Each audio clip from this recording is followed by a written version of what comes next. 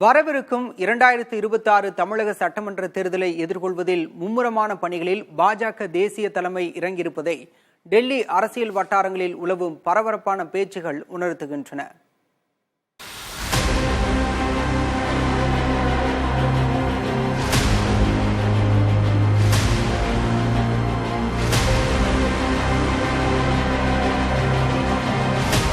முன்னாள் முதல்வரும் அதிமுக பொதுச் செயலாளருமான எடப்பாடி பழனிசாமி சில நாட்களுக்கு முன்பு மத்திய உள்துறை அமைச்சர் அமித்ஷாவை டெல்லியில் சந்தித்துவிட்டு திரும்பினார். பயணிக்கும் கார், தங்குமிடம் என எல்லா வகைகளிலும் அதிமுக தரப்பில் இந்த பயணத்தை ரகசியமாகவே கையாள விரும்பினாலும் பாஜக தரப்பு இந்த செய்தியை கசிய விட்டது.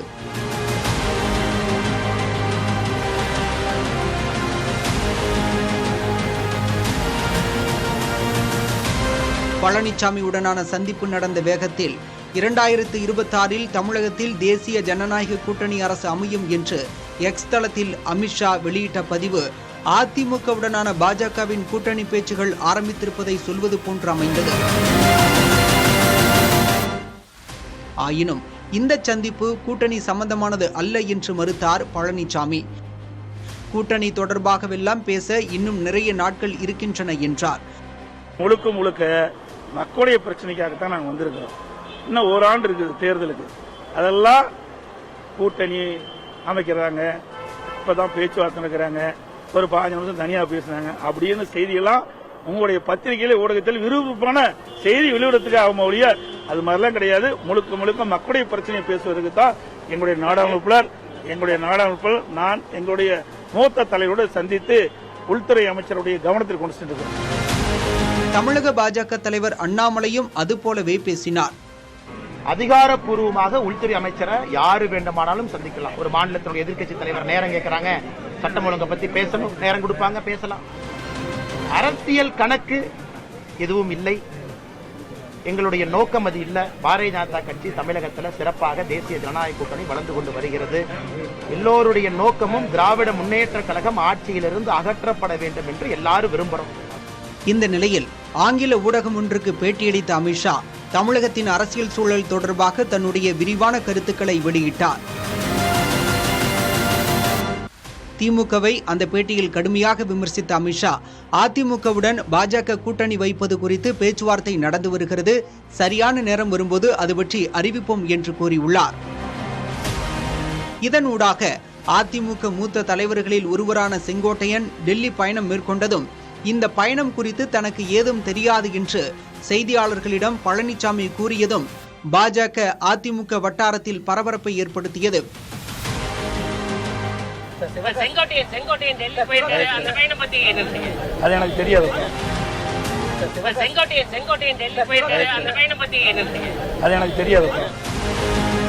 இது குறித்து டெல்லி அரசியல் வட்டாரங்களில் விசாரித்த போது வரவிருக்கும் சட்டமன்ற தேர்தலில் திமுகவுக்கு அடுத்த இடத்தில் பாஜக கூட்டணியை கொண்டு வரும் முனைப்பில் அக்கட்சியின் தேசிய தலைமை உறுதியாக இருப்பதாக தெரிவிக்கிறார்கள். அதிமுகவை கூட்டணிக்குள் கொண்டு வருவது அல்லது அதிமுகவுக்குள் பழனிசாமி மீது அதிருப்தியில் உள்ளவர்களை தனியே வெளியே கொண்டு வந்து பாஜக கூட்டணியில் இணைப்பது எனும் வியூகத்தை பாஜக கையாளும் என்று அவர்கள் கூறுகிறார்கள். தேர்தல் காலம் வரை இதற்காக காத்திருக்க பாஜக விரும்பவில்லை. அதனால்தான் வெட்டு 1 துண்டு 2 எனும் அணுகுமுறைக்கு அது மாறியிருக்கிறது. இதன் விளைவாக அடுத்த சில மாதங்களுக்குள் அதிமுகவுக்குள் அதிரடி மாற்றங்கள் நிகழும் என்று தெரிவிக்கின்றன டெல்லி வட்டாரங்கள்.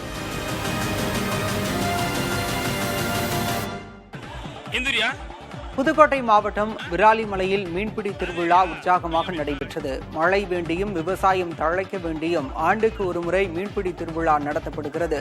அந்த வகையில் இந்த ஆண்டு நடைபெற்ற திருவிழாவில் குளத்தில் இறங்கி 500க்கும் மேற்பட்டோர் மீன்பிடித்து மகிழ்ந்தனர்.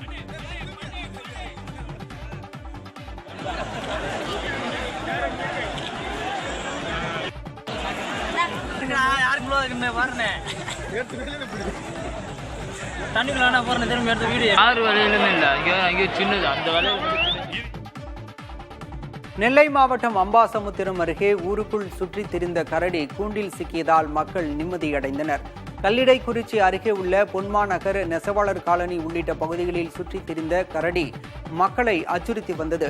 இதனையடுத்து கரடியை பிடிக்க வனத்துறை சார்பில் கூண்டு வைக்கப்பட்டது. 10 நாட்களுக்கு மேலாக வனத்துறைக்கு போக்கு காட்டிய கரடி இறுதியாக கூண்டில் சிக்கியது. ஆக்ரோஷமாக இருந்ததால் கரடிக்கு வனத்துறையினர் மயக்க ஊசி செலுத்தினர். இதனையடுத்து அடர்ந்த வனப்பகுதியில் விடுவதற்காக வாகனத்தில் கொண்டு செல்லப்பட்டது. முன்னதாக வாகனத்தின் முன்பாக கோயில் பூசாரி சூடம் ஏற்றி தேங்காய் உடைத்து வழிபாடு நடத்திய பின்னர் வழி அனுப்பி வைத்தார்.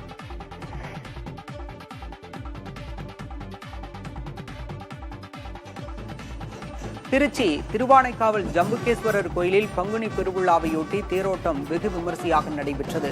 அலங்கரிக்கப்பட்ட பிரம்மாண்டமான தேரை ஏராளமான பக்தர்கள் வடம்பிடித்து இழுத்து வழிபட்டனர். சிவவாத்தியங்கள் முழங்க 4 வீதிகளில் தேர் வலம் வந்தது.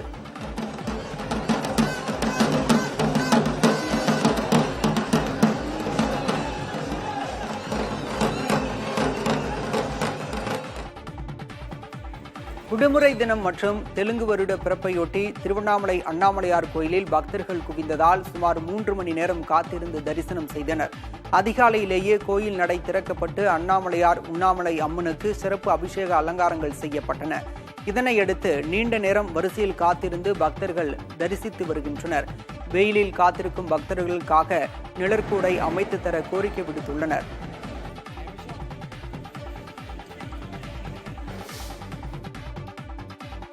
நாகை மாவட்டம் கோடியக்கரை கடற்பகுதியில் படகிலிருந்து தவறி விழுந்த மீனவரை தேடும் பணியில் சக மீனவர்கள் ஈடுபட்டுள்ளனர். கோடியக்கரைக்கு தென்கிழக்கே மீன்பிடித்துக் கொண்டிருந்த போது கடல் சீற்றம் காரணமாக லட்சுமணன் என்பவர் கடலில் தவறி விழுந்துள்ளார். இதனால் சக மீனவர்கள் விடிய விடிய சோதனையில் ஈடுபட்டுள்ளனர்.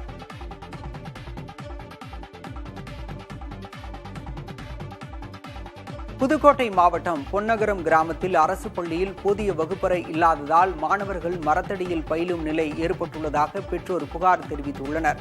2018ஆம் ஆண்டு தரம் உயர்த்தப்பட்ட இந்த பள்ளியில் 272 மாணவர்கள் பயின்று வருகின்றனர். போதிய வகுப்பறைகள் இல்லாததால் இங்குள்ள மாணவர்கள் மரத்தடியில் அமர்ந்து படிக்கும் நிலை ஏற்பட்டுள்ளது. வகுப்பறைகள் கட்டுவதற்கு கிராம மக்கள் ஒன்று சேர்ந்து அருகே உள்ள நிலத்தை வாங்கி கல்வித்துறையிடம் ஒப்படைத்துள்ளனர். அதன் பின்னரும் வகுப்பறைகள் கட்ட எந்தவித முயற்சியும் எடுக்காததால் மாணவர்கள் வெயில் காலத்தில் மரத்தடியில் அமர்ந்து படிக்க முடியாத நிலை ஏற்பட்டுள்ளதாக தெரிவிக்கின்றனர். இதுகுறித்து புதுக்கோட்டை மாவட்ட முதன்மை கல்வி அலுவலர் சண்முகத்திடம் கேட்டபோது வருகிற ஏப்ரல் மாதத்தில் நிதி ஒதுக்கீடு செய்யப்பட்டு விரைவில் வகுப்பறை கட்டும் பணிகள் தொடங்கப்படும் என கூறினார். முன்னதாக தமிழக பட்ஜெட்டில் கல்வித்துறைக்கு ஒவ்வொரு ஆண்டும் அதிக நிதி ஒதுக்கீடு செய்யப்படுவதாக கூறப்படும் நிலையில் பல இடங்களில் மரத்தடி வகுப்பறைகள் செயல்படுவதாக பெற்றோர் அதிருப்தி தெரிவித்துள்ளனர்.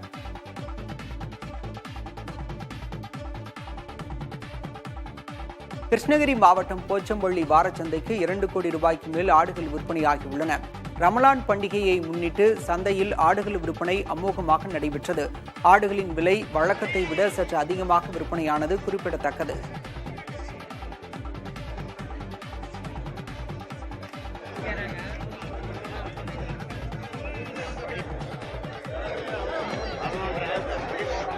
பத்தலன்னா அந்த கருப்பு நாய் சேர்த்துக்க கேட்டா வெள்ளாடுன்னு சொல்லிடு.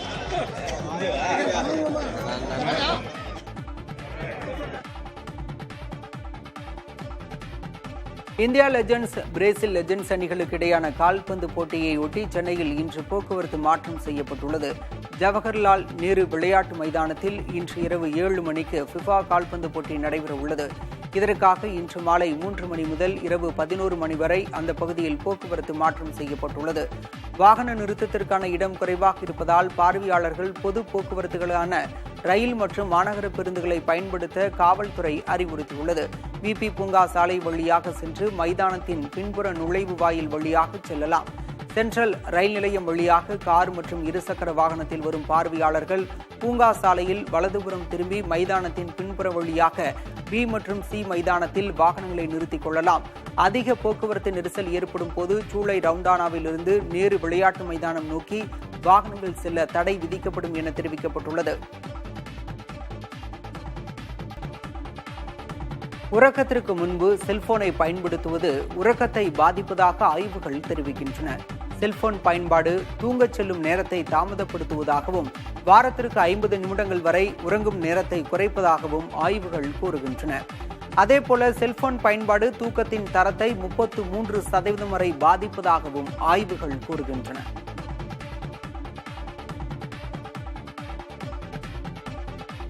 மாசடைந்த தண்ணீரில் கலந்திருக்கும் 4 வகை ரசாயனங்கள் தலைமுடிக்கு பாதிப்பை ஏற்படுத்தும் என தகவல் வெளியாகியுள்ளது. இது தொடர்பாக டிஜிட்டல் கிரியேட்டர் பெர்க் தனது இன்ஸ்டாகிராமில் குறிப்பிட்டுள்ளார். தண்ணீரில் கலந்திருக்கும் குளோரின் எண்ணெய் பசையை நீக்கி உச்சந்தலையை எரிச்சல் அடைய செய்யும் என்றும் தலைமுடியின் இயற்கையான நிறத்தை இழக்கச் செய்யும் எனவும் கூறியுள்ளார்.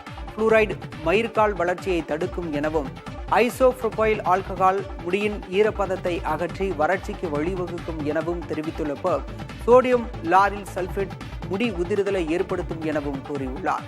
வேதி பொருட்களிலிருந்து தலைமுடியை காக்க எண்ணெய் வைப்பதே சிறந்த வழி என்றும் பெர்க் அறிவுறுத்தியுள்ளார்.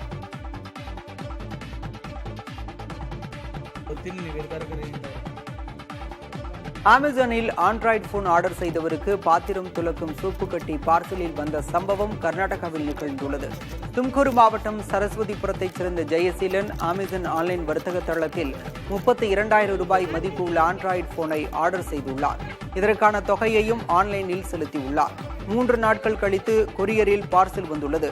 கொரியர் ஊழியரிடம் திறந்து காட்டச் சொன்னபோது ஆண்ட்ராய்டு போனை எதிர்பார்த்தவர்களுக்கு அதிர்ச்சி காத்திருந்தது. அதில் 32,000 ரூபாய் ஆண்ட்ராய்டு போனுக்கு பதிலாக 20,000 ரூபாய் மதிப்புள்ள பாத்திரம் தேய்க்கும் சோப்பு கட்டிகளும் பிரஷும் இருந்துள்ளன. இதனால் அதிர்ச்சியும் ஏமாற்றமும் அடைந்த ஜெயசீலன் தும்கூர் மாவட்ட நுகர்வோர் நீதிமன்றத்தில் முறையிட்டுள்ளார்.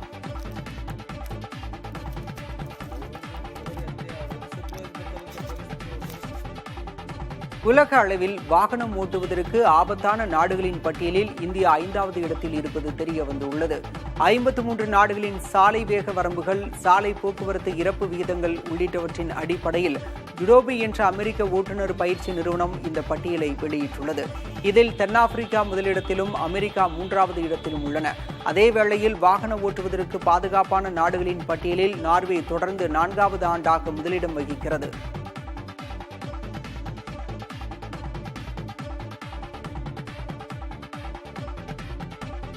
மகாத்மா காந்தியின் சபர்மதி ஆசிரமத்தை புனரமைப்பு செய்வதற்கு எதிராக அவரது கொள்ளுப்பேரன் துஷார் காந்தி தொடர்ந்த வழக்கை உச்சநீதிமன்றம் வரும் 1ஆம் தேதி விசாரிக்க உள்ளது.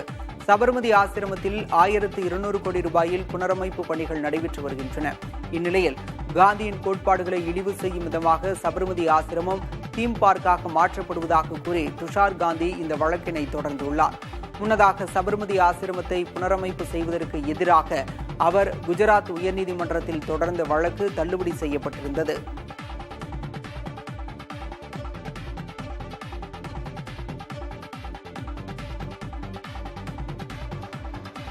இந்தியாவிலிருந்து மியான்மருக்கு இதுவரை நிவாரணப் பொருட்களுடன் கூடிய 5 விமானங்கள் அனுப்பி வைக்கப்பட்டுள்ளதாக மத்திய வெளியுறவு அமைச்சகம் தெரிவித்துள்ளது.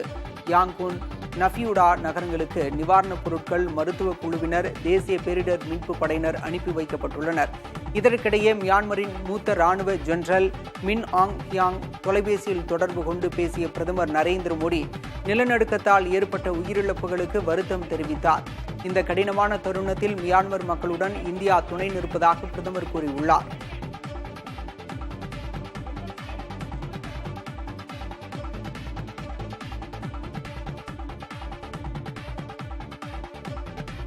$15 லட்சம் ரூபாய் பணம் அனுப்பப்பட்ட வழக்கில் 17 ஆண்டுகளுக்கு பிறகு முன்னாள் நீதிபதி விடுவிக்கப்பட்டார். பஞ்சாப் மற்றும் ஹரியானா உயர்நீதிமன்றத்தில் நீதிபதியாக இருந்தவர் நிர்மல்ஜித் கவுர். கடந்த 2008ஆம் ஆண்டு ஆகஸ்ட் 13ஆம் தேதி அவரது வீட்டுக்கு அனுப்பப்பட்ட பார்சலில் 15 லட்சம் ரூபாய் இருந்தது. இதுகுறித்து நிர்மல்ஜித் தரப்பில் காவல்துறையிடம் புகார் அளிக்கப்பட்டது. சொத்து வழக்கில் ஆதரவாக தீர்ப்பு அளிப்பதற்காக நீதிபதி நிர்மல் யாதவுக்கு அனுப்பப்பட்ட லஞ்ச பணம் தவறுதலாக நீதிபதி நிர்மல்ஜித்துக்கு அனுப்பப்பட்டதாக புகார் எழுந்தது. இது தொடர்பாக நீதிபதி நிர்மல் யாதவ் உள்ளிட்ட 5 பேர் மீது சிபிஐ வழக்கு பதிவு செய்தது. இந்த வழக்கில் நேற்று சண்டிகர் சிபிஐ சிறப்பு நீதிமன்றம் தீர்ப்பு அளித்தது. போதிய ஆதாரம் இல்லாததால் நிர்மல் யாதவ், டெல்லியைச் சேர்ந்த உணவக உரிமையாளர் ரவீந்தர் சிங் உள்ளிட்ட 5 பேரும் விடுவிக்கப்படுவதாக நீதிபதி அல்கா மாலிக் தீர்ப்பு அளித்தார். டெல்லி உயர்நீதிமன்ற நீதிபதியாக இருந்த யஸ்வந்த் வர்மா வீட்டில் எரிந்த நிலையில் பணம் பறிமுதல் செய்யப்பட்டுள்ள நிலையில் இந்த தீர்ப்பு கவனம் பெற்றுள்ளது. பிரபல பாலிவுட் இயக்குனர் ராம்கோபால் வர்மா ஒரே நேரத்தில் 5 திரைப்படங்களை இயக்க முடியாமல் சிரமப்பட்டதாக சக இயக்குனரும் நடிகருமான அனுராக் காஷ்யப் தெரிவித்துள்ளார். அண்மையில் கல்லூரி மாணாக்கருடன் உரையாடிய அவர் ராம்கோபால் வர்மாவிடம் உதவி இயக்குநராக பணியாற்றிய அனுபவங்களை பகிர்ந்து கொண்டார். ஒரே நேரத்தில் 5 படங்களை இயக்கும் வேளையில் ராம்கோபால் வர்மா ஈடுபட்டதாகவும், ஆனால் அவரால் 2 படங்களை மட்டுமே இயக்க முடிந்தது என்றும் தெரிவித்தார். மீதமுள்ள 3 படங்களை வேறு சிலரை இயக்க வைத்து அதனை மேற்பார்வை மட்டும் செய்வார் என்றும் அனுராக் காஷ்யப் கூறினார். ராம்கோபால் வர்மா செய்த தவறை தாம் செய்ய விரும்பவில்லை என்றும் அனுராக் காஷ்யப் கூறியுள்ளார்.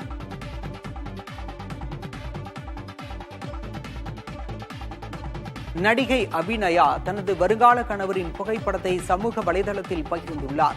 அபிநயாவுக்கும் ஹைதராபாத்தைச் சேர்ந்த கார்த்திக் என்பவருக்கும் அண்மையில் திருமண நிச்சயதார்த்தம் நடைபெற்றது. இந்நிலையில் வருங்கால கணவருடன் இருக்கும் புகைப்படத்தை பகிர்ந்துள்ள அவர் விரைவில் திருமணம் நடைபெறவுள்ளதாக தெரிவித்துள்ளார். அபிநயா கார்த்திக் ஜோடிக்கு திரையுலகினர் வாழ்த்து தெரிவித்து வருகின்றனர். தமிழில் நாடோடிகள், 7ஆம் அறிவு, ஈசன், வீரம் உள்ளிட்ட படங்களில் அபிநயா நடித்துள்ளார். வரும் 6ஆம் தேதி பாம்பன் ரயில் பாலத்தில் ரயில் சேவை தொடங்குவதற்கான பாதுகாப்பு ஒத்திகை நிகழ்ச்சி ரயில்வே துறை மற்றும் பாதுகாப்பு துறையினரால் நடத்தப்பட்டது.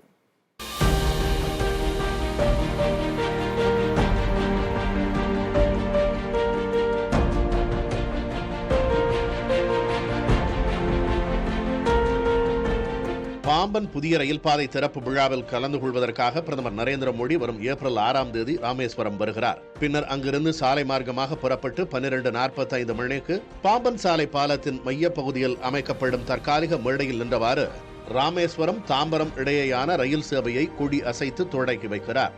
முன்னதாக புதிய ரயில் பாலத்தின் மையப்பகுதியில் உள்ள செங்குத்து தூக்கு பாலம் மற்றும் பழைய ரயில் பாலத்தின் மையப்பகுதியில் உள்ள தூக்கு பாலம் ஆகிய இரண்டும் திறக்கப்பட்டு இந்திய கடலோர காவல் படைக்கு சொந்தமான ரோந்து கப்பல் கடந்து செல்கிறது. இதனை பாம்பன் சாலை பாலத்தில் நின்றவாறு பிரதமர் கண்டு ரசிக்க உள்ளார்.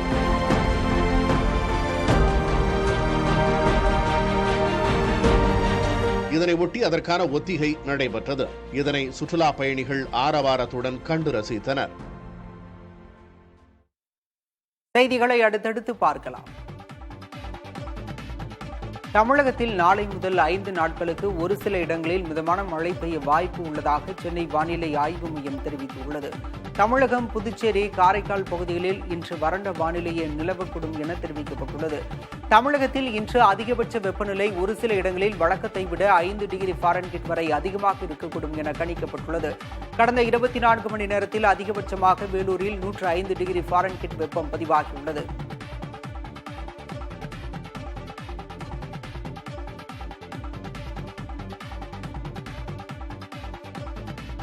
தமிழகத்தில் 2 விரைவு ரயில்கள் தலா ஒரு ரயில் நிலையத்தில் கூடுதலாக நின்று செல்லும் என ரயில்வே அமைச்சர் அஸ்வினி வைஷ்ணவ் தெரிவித்துள்ளார். இது தொடர்பாக பாஜக தலைவர் அண்ணாமலைக்கு அவர் கடிதம் அனுப்பியுள்ளார். அதில் பயணியர் நலனை கருத்தில் கொண்டு எழும்பூர் திருச்செந்தூர் ரயில் பூதலூரிலும், தாம்பரம் செங்கோட்டை ரயில் சிதம்பரத்திலும் நின்று செல்ல அனுமதிக்க வேண்டும் என்ற கோரிக்கைக்கு ஒப்புதல் வழங்குவதாக தெரிவிக்கப்பட்டுள்ளது.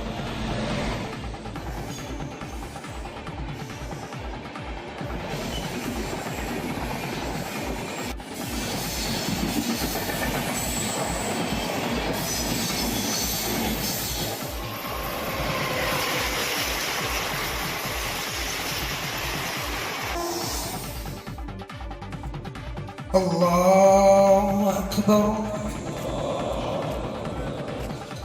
Allahu Akbar. தமிழகத்தின் ஒரு சில பகுதிகளில் இன்று ரம்ஜான் பண்டிகை கொண்டாடப்பட்டு வருகிறது. Allahu Akbar. ஈகை திருநாள் எனப்படும் ரமலான் பண்டிகையினை கோவையில் உள்ள இஸ்லாமியர்களில் ஒரு பிரிவினரான ஜா கமிட்டியினர் கொண்டாடி வருகின்றனர்.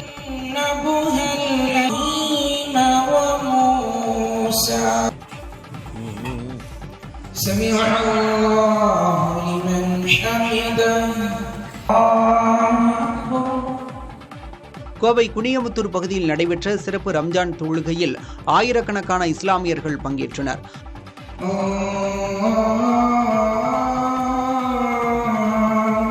அப்போது புத்தாடைகள் அணிந்து வந்த இஸ்லாமியர்கள் ஒருவருக்கொருவர் கட்டி தழுவி வாழ்த்துக்களை பரிமாறிக்கொண்டனர்.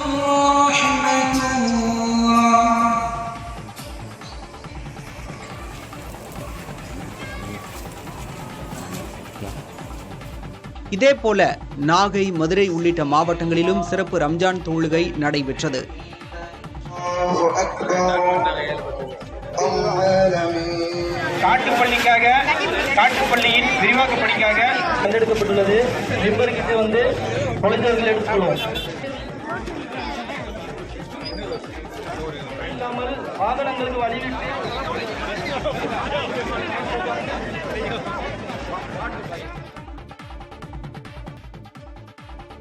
ராமநாதபுரத்தில் குண்டு மிளகாய் வத்தல் விலை குறைந்துள்ளது. ஆர்எஸ் மங்கலத்தில் வாரம் தோறும் மிளகாய் சந்தை நடைபெறுகிறது. இந்த வாரம் 300 குவிண்டால் குண்டு மிளகாய் வத்தல் விற்பனைக்கு வந்தது. மார்ச் மாத தொடக்கத்தில் ஒரு குவிண்டால் மிளகாய் 21,500 ரூபாய்க்கு விற்கப்பட்ட நிலையில் தற்போது 5,000 ரூபாய் குறைந்து 16,500 ரூபாய்க்கு விற்பனையானது. பெரும்பாலான வியாபாரிகள் சிண்டிகேட் அமைத்து விலை நிர்ணயம் செய்வதால் போதிய விலை கிடைக்கவில்லை என விவசாயிகள் தெரிவிக்கின்றனர்.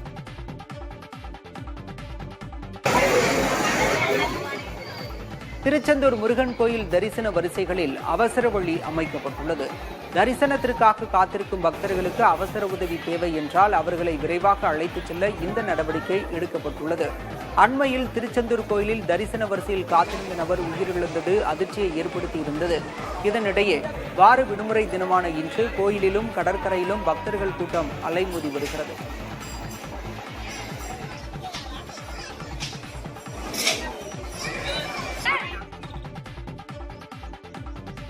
ஆந்திராவில் இருந்து சென்னையின் குடிநீருக்காக திறக்கப்பட்ட கிருஷ்ணா நதிநீரின் அளவு அதிகரித்துள்ளது. ஆந்திர மாநிலம் கண்டலேறு அணையிலிருந்து கடந்த 23ஆம் தேதி கிருஷ்ணா நதிநீர் திறக்கப்பட்டது. நீர்வரத்து 60 கனஅடியாக இருந்த நிலையில் தற்போது 135 கனஅடியாக அதிகரிக்கப்பட்டுள்ளது. ஆந்திரா தமிழக அரசுகளிடையே போடப்பட்ட ஒப்பந்தத்தின்படி ஜனவரி முதல் ஏப்ரல் வரை 4 TMCயும் ஜூலை முதல் அக்டோபர் வரை 8 TMCயும் தர வேண்டிய நிலையில் இந்த பருவத்திற்கான தண்ணீர் திறக்கப்பட்டுள்ளது குறிப்பிடத்தக்கது.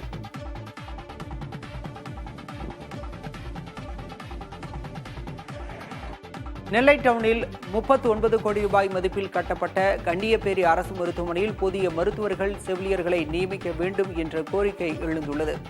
கடந்த ஆண்டு ஜப்பான் நாட்டு நிதி உதவியுடன் 100 படுக்கைகள் கொண்ட அடுக்குமாடி மருத்துவமனை கட்டப்பட்டது. இதில் 4 கோடி ரூபாய் மதிப்பில் உட்கட்டமைப்பு வசதி செய்யப்பட்டுள்ளது. தினமும் 100 கணக்கில் வெளி நோயாளிகள் வந்து செல்கின்றனர். ஆனால் உள்நோயாளிகளாக 20 நோயாளிகள் மட்டுமே உள்ளனர்.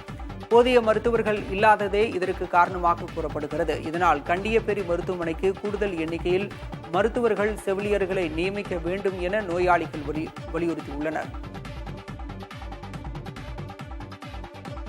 39 கோடியில ஜப்பான்ல இருந்து ஏதோ பணம் வந்து பெருசா புதுசா கட்டியிருக்காங்கன்னு சொல்லி முடிச்சிட்டாங்க. வேலைலாம் கட்டி முடிச்சிட்டாங்க.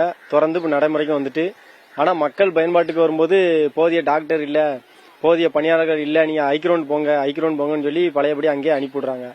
ஐக்கியக்கு இங்க ஆஸ்பத்திரி இவ்வளவு பெருசு கட்டணும்னு தெரியல. அதே மாதிரி இங்க ஆஸ்பத்திரி இருக்கிறதே நிறைய பேர் தெரியாது. பழைய ஆஸ்பத்திரி இந்த சந்தா ஆஸ்பத்திரின்னு சொல்லுவாங்க, சின்ன மருத்துவமனை, அதுதான் இருக்கு நிறைய பேர் நினைச்சுக்கிட்டு இருக்காங்க. இவ்வளவு பெரிய ஹாஸ்பிட்டல் கட்டினதே நிறைய பேருக்கு தெரியாம இருக்கு.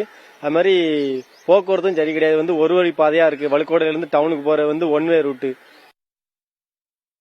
இயக்குனர் ப. ரஞ்சித்தின் அடுத்த படைப்பான வேட்டுவம் திரைப்படத்தின் படப்பிடிப்பு காரைக்குடியில் தொடங்கியிருக்கிறது. அவரது இயக்கத்தில் உருவாகும் 8வது படம் இதுவாகும். ரஞ்சித்தின் நீலம் புரொடக்ஷன்ஸ் தயாரிக்கும் இந்த படம் கேங்ஸ்டர் கதையம்சம் கொண்டது என்றும் ஆர்யா, கெத்து தினேஷ், மணிகண்டன் உள்ளிட்டவர்கள் நடிப்பதாகவும் முதல்கட்ட தகவல் வெளியாகியிருக்கிறது. 2022 கான் திரைப்பட விழாவிலேயே இந்த டைட்டிலை ரஞ்சித் அறிமுகப்படுத்திய நிலையில் இப்போதுதான் படப்பிடிப்பு தொடங்கியிருக்கிறது.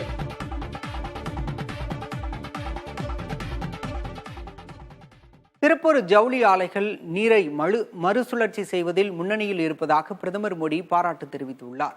120வது மனதின் குரல் நிகழ்ச்சியில் பிரதமர் மோடி உரையாற்றினார். அப்போது அவர் யுகாதி உள்ளிட்ட புத்தாண்டுகளுக்கு வாழ்த்து தெரிவித்தார். தமிழ் புத்தாண்டு, ரமலான் உள்ளிட்ட பண்டிகைகள் நடைபெற உள்ளதாக குறிப்பிட்ட பிரதமர் அவற்றுக்கும் தனது வாழ்த்துக்களை கூறினார். கோடை விடுமுறையில் மாணவர்கள் சமூக சேவையில் ஈடுபட வேண்டும் என வலியுறுத்திய பிரதமர் மோடி பொதுமக்கள் நீரை சேமிக்க வேண்டும் எனவும் கேட்டுக்கொண்டார். கயானா, சிங்கப்பூர் உள்ளிட்ட நாடுகளில் இந்திய இசை மற்றும் கலாச்சார நிகழ்வுகள் பிரபலமாக இருப்பது குறித்து பெருமிதம் தெரிவித்தார். ஜவுளி கழிவுகளை மறுசுழற்சி செய்ய வேண்டும் எனவும் குறிப்பிட்ட மோடி பழைய துணிகளை மறுசுழற்சி செய்வது இந்தியாவில் பிரபலமாகி வருவதாகவும் சுற்றுச்சூழலை பாதிக்கப்படாத வகையில் ஜவுளி தொழிற்சாலைகள் அமைய நடவடிக்கை எடுக்கப்பட்டு வருவதாகவும் கூறினார்.